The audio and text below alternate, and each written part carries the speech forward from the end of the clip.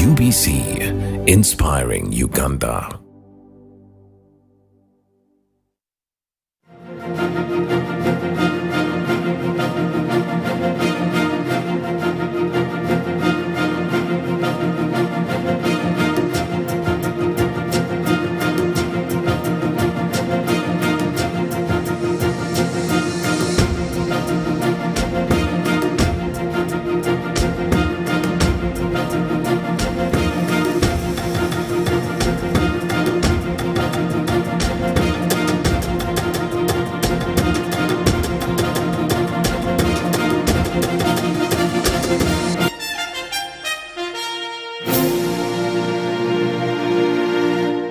Thanks for tuning in to catch up the trending business stories of the week. I'm your host Denis Sigoa, and straight to the highlights. World Bank report paints a grim picture on Uganda's poverty state and alleviation strategy. Financial institutions urge to collaborate to build robust IT systems to curb cybercrime. Oil sector stakeholders angered with the pull out of potential project funders. And last but not least, we give you a sneak peek of the equator in our Sounds of Business. Keep it UBC, we promise not to disappoint. To our first story, Uganda has the capacity to reduce poverty by building people's resilience, says a new report by World Bank. The study highlights challenges facing the country, its vulnerabilities, and suggests proactive solutions to tackle them. Salota Muge has the details. Uganda has in the last decade registered little progress in its poverty reduction agenda. This is according to a new World Bank poverty assessment report titled Strengthening Resilience to Accelerate Poverty Reductions in Uganda.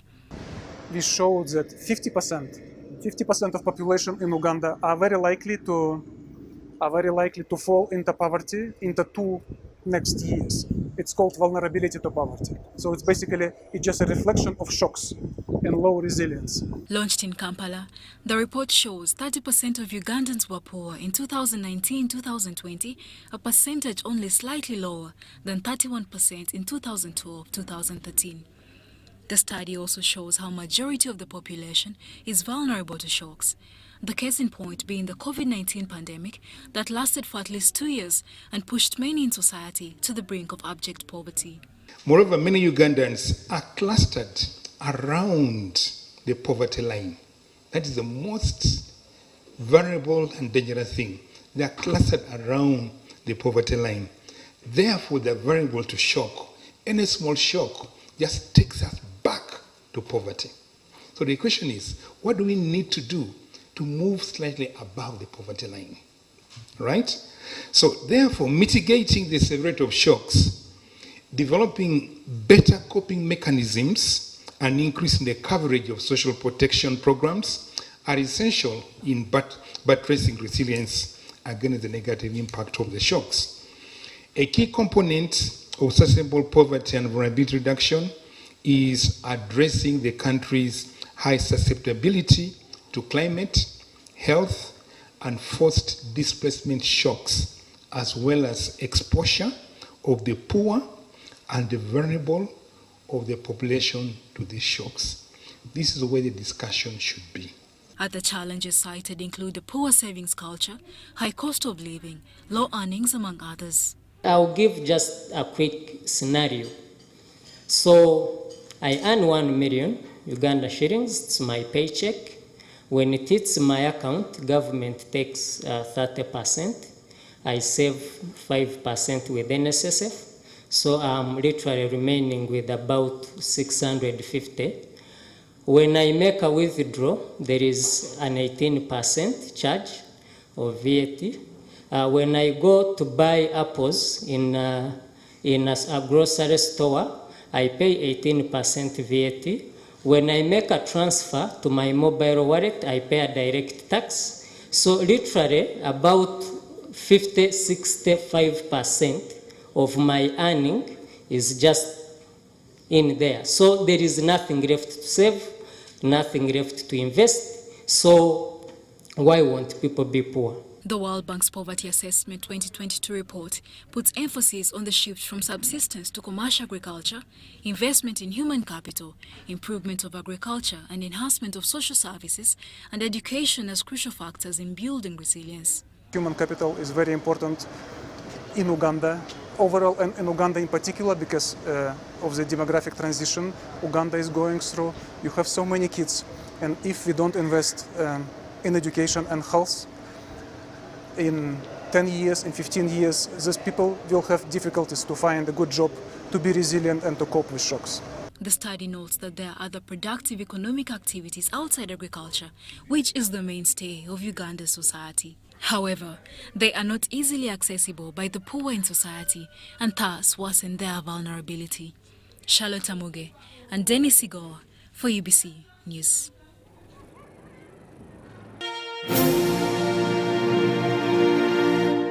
Uganda and other African countries that have discovered abundant oil and gas resources should be supported rather than being castigated for harnessing their resources. This was observed at the just concluded 10th biannual East African Community Petroleum Conference in Kampala that attracted over 1,000 participants from Uganda and across its borders. Underdeveloped and developing countries' ambition is to industrialize by utilizing their natural resources. Uganda is one of those countries that have abundant oil and gas deposits but face criticism for harnessing it. I was very lucky to be at COP26 in Glasgow. I don't know how they let me in, but I got in through the back door. And I had watched all these people take all these pledges about greenhouse gas emission and how they're going to cut down and they're going to decarbonize. You realize we're talking to a region in East Africa that produces less than 0.2% greenhouse gas emission. Less than 0.2% in East Africa. How would you tell this region to decarbonize? It's like telling the fat kid in class to lose, the skinny kid in class to lose weight while the fat kids keep eating. That is not something we need to do. Not this time, not now. We do not need just nothing to decarbonize. We need to produce those resources to serve the people in this region. The three-day conference on the theme, Sustainable Management of East Africa's Oil and Gas Resources, Balancing the Environment, Social and Governance Aspect, has brought together sector players from the region and beyond under one roof to discuss and lay strategies geared at harnessing oil and gas resources. The oil and gas sector does not operate in isolation. The development of the other enabling infrastructure is crucial for attracting more investments in this sector. An example is an extensive road network improvement and expansion plan, which is in place under the East African Transport Strategy and Road Sector Development Program. Although Uganda has made major strides towards achieving its 2025 oil and gas production target, there are project funding gaps that must be urgently addressed. And I've been telling everybody that Africa is not poor. We just lack some finances, but we are not poor. Uganda is not poor, and Uganda is open to friends.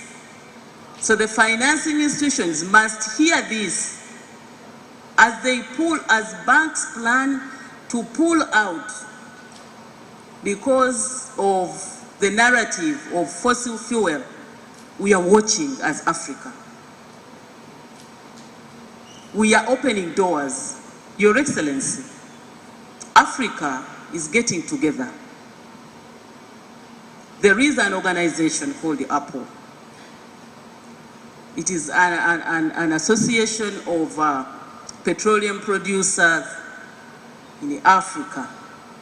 We are going to come up with a bank, which bank will target investing in infrastructure such as refinery, crude oil pipelines. We are watching.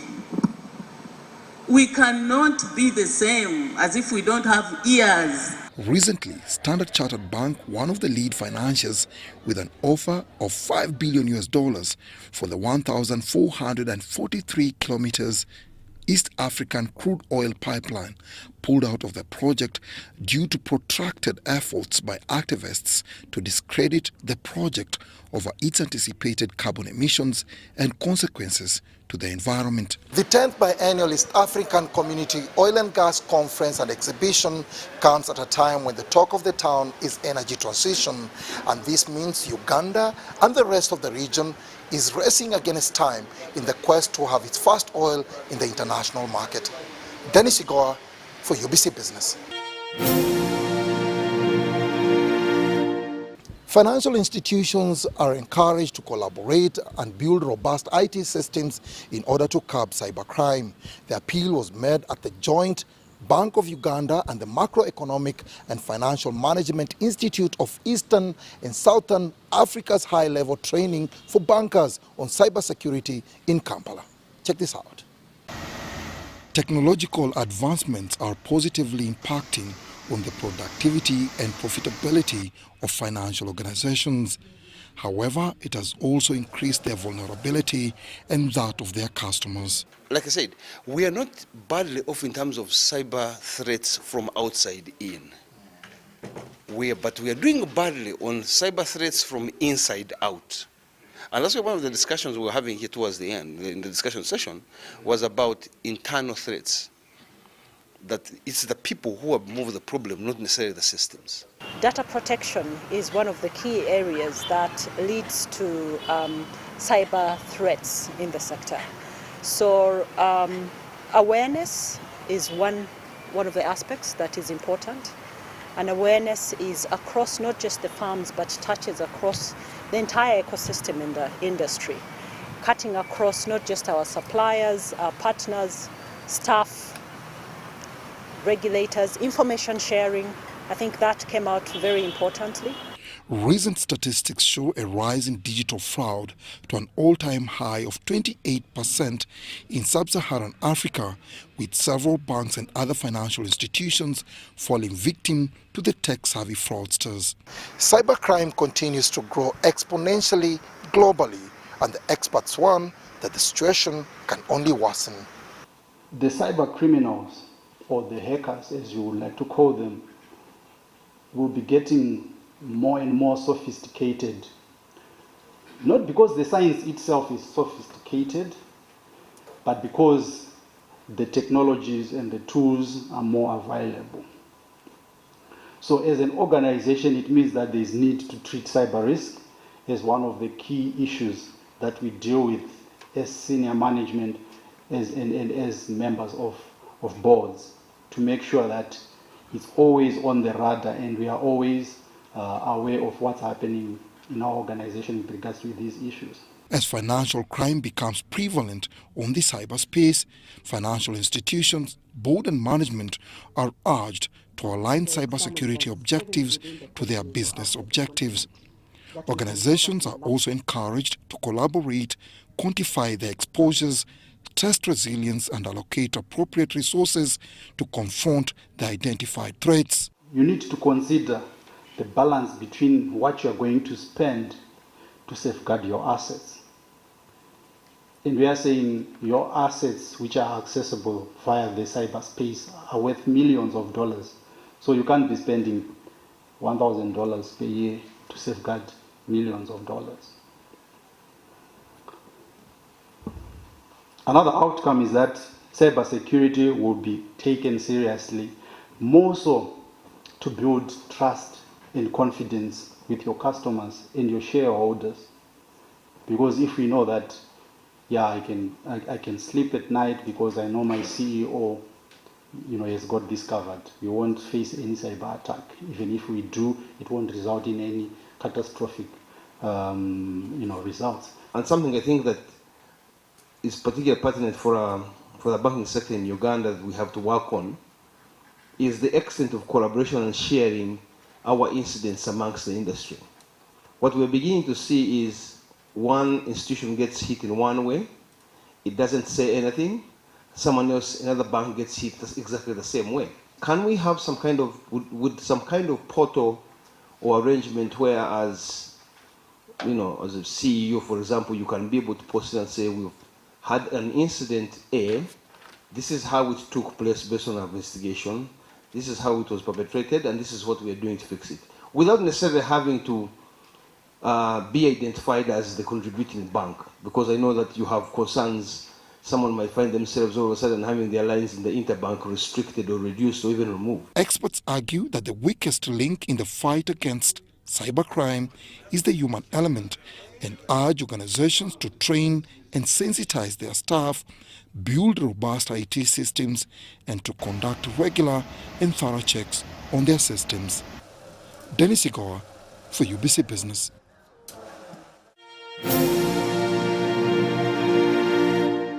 On the corporate scene, Industrial National Coordinating Council of Uganda, in collaboration with Euroflex Uganda, commemorated the Occupational Safety and Health Day at Kito A. Chirinya Ward in Bweyogerere. The exercise was done to uphold the workers' rights to a safe and healthy working environment and minimize the risk of diseases that may be transmitted through stagnant water. Check this out. The Industrial National Coordinating Council of Uganda, which comprises of 4 labor unions, including the Uganda Textile Garments, Leather and Allied Workers Union, joined hands with the Euroflex staff and local community members to celebrate the World Day for Safety and Health at Work. This year's theme was a safe and healthy working environment, highlighting the importance of ensuring a safe and healthy workplace for all employees. Yeah, there are numbers of companies. We realize that they don't even provide the personal protective equipment to the workers. And some of them, when they provide, they go and tell the workers to pay. But according to the Occupational Safety and Health Act, it is the duty of the employers to provide the personal protective equipment to the workers. So you need to protect your workers. This initiative was undertaken in accordance with the Occupational Safety and Health Act of 2006, which mandates employers to provide protective gear to workers, ensure their health and safety, monitor and control the release of hazardous substances into the environment. The trench cleaning was done to uphold the workers' rights to a safe and healthy working environment and minimize the risk of diseases that may be transmitted through stagnant water. Ogwo gwe mulimo munene ffe ba area chairman n'abakulembeze bonna okubiriza abantu baffe okubayigiriza obutasuula bisaaniiko obutayonoona mifuleje gino egyateekebwawo egyatuzimbibwa ogikola obubi nga tugisulamu kasasiro. N'olwekyo abantu baffe tubakubiriza mwennayo wali mu Kito ewano ne mu bitundu ebirala byonna emifuleje gino mugiyisa obubi nga mugizaamu kasasiro. The council's members emphasized the significance of creating a culture of safety in the workplace and the need for everyone to prioritize safety and health. They urged employers to implement safety and health measures to protect workers from injuries and illnesses. According to the International Labour Organization, over 2.7 million workers die every year from work-related accidents and illnesses globally. About 374 million workers suffer non-fatal injuries and illnesses annually, which often result in long-term health issues and absences from work. You prevent before you cure. So ensure in our objectives 100% safety is first. So I will ensure to anticipate the risks and guide from the risks. So that's why we're saying we ensure our team has PPE at all times, have them minimize 100% zero accidents. That is our objective as much as possible, so they're safe. The council's representatives praised Euroflex Uganda Limited for its commitment to safety and health in the workplace and urged other companies to follow its example. The event ended with a call to action for all employers, workers and governments to work together to create safe and healthy working environments for all. Wadulo Mark Arnold for UBC News in Bweyogerere. On the regional scene, Tanzania Ports Authority is committed to offering seamless transport and logistics services during and after the construction of the East African crude oil pipeline. Dr. George Fasher, the Director of Marketing and Public Relations at the Tanzania Ports Authority, says they are already supporting the project implementation. Check this out in our exclusive interview. Bring us up to speed of why TPA is here at the 10th Biannual East African Petroleum Conference. We are attending a conference with the theme of oil and gas and how each organization is prepared towards that. When we speak as TPA, what I can say is there are a lot of infrastructure developments that have so far been undertaken at the TPA, our authority.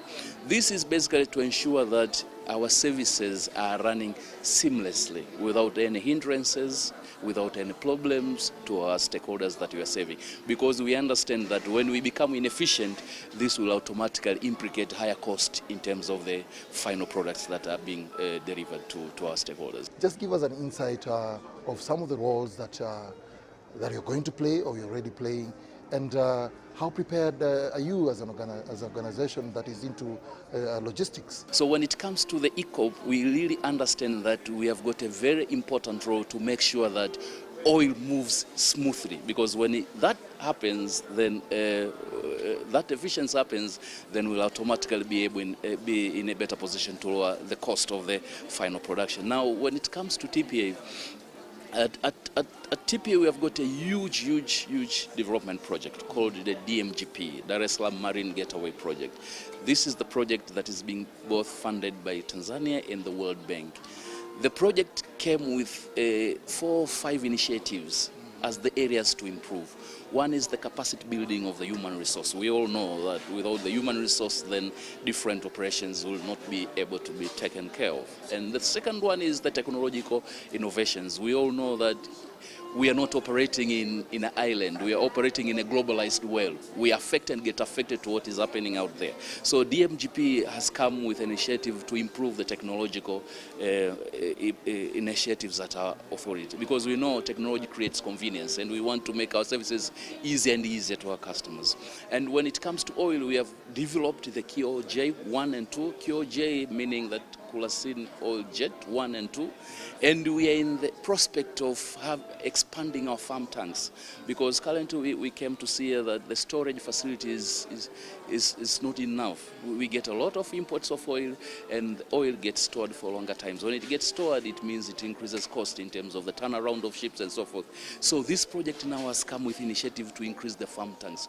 We are going to increase the number of farm tanks that are going to store oil, so that when this is offloaded from the vessels, they can quickly be taken to the destinations. All this is to make sure that the business operations is as smooth as possible, because with the smoothness of this business, automatically we'll be able to lower down the cost. Because if we become inefficient as the port, the final consumer is the one who is going to be affected.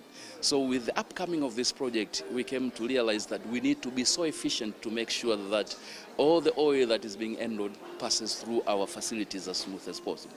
The DMGP project went further up to Tanga.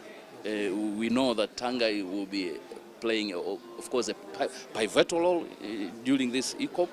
And there is a lot that has been done. Formerly, we had the double handling. Double handling, when it comes to port operation, is when the ship can't anchor at the berth. It anchors in the middle of the sea, somewhere else, and we go and take the cargo and take it to the berth. That one increased the cost tremendously.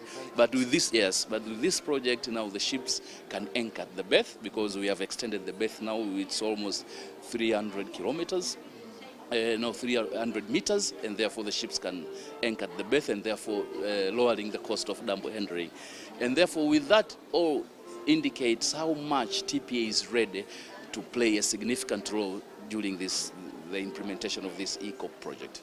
In terms of business, how much business is expected in as far as the corridor is concerned? I know, like we get to hear 90% of the entire ECOP project will be handled by, of course, the Central Corridor. Give us an insight about that. Yes, I can't say exact figure, but I know that it's going to be a huge business that is being handled, and that's why TPA is here to create awareness that all those who are involved in the implementation of the ECOP shouldn't be worried. TPA is ready to handle whatever is being brought in, and so that this can be used to other industries and develop other manufacturing sectors. TPA recognizes the competitive pressure that is around the globe, and we are trying and we are striving so hard to make sure that we improve the level of service delivery to our clients. Thank you. Thank you so much. Asante.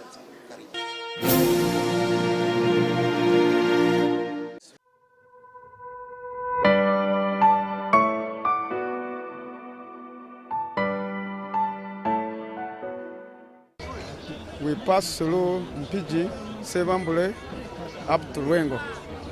And it is a long journey, whereby if you have been using 100 liters, you have to add on 100 liters. So it means in the business we are doing nothing. So we are requesting government to work for that road so that we can do our work best. The fares are normal because these people who are seeing the traveling, they don't have money. You tell them to add you 10,000 and they tell you I don't have money. You can't let people suffering here. We are taking them, but we don't have anything to do.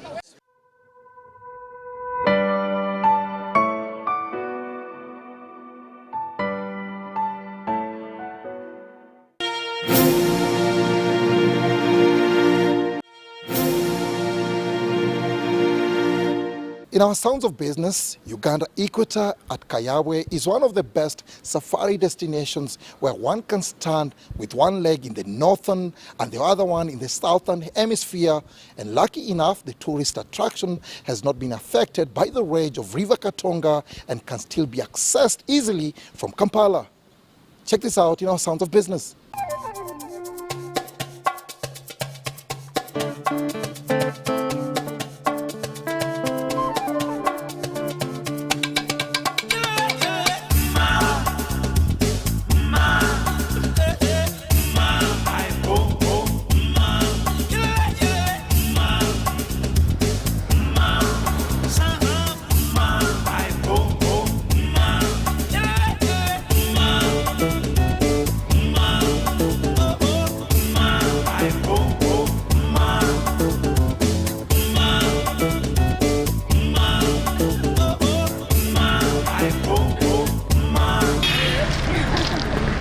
Okay, so we're back on 0 latitude, the line that divides the whole world into 2 equal parts.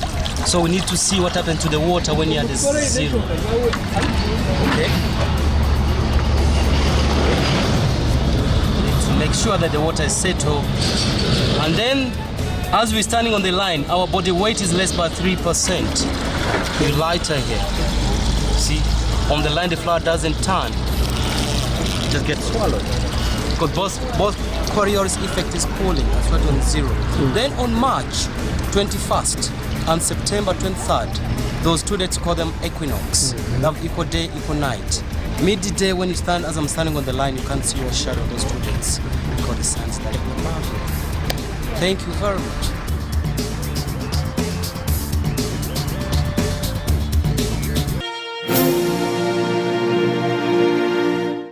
If you're traveling to Western Uganda using the Zimbabwe detour, I suggest you start your journey early. Use the GPS navigation system if you're not familiar with the route. And lastly, ensure you have enough gas in your tank to cover the extra 100 kilometers. I'm certain we have not disappointed, and let's catch up the same time, same place. And thanks for watching. I've been your host, Denis Sigoa.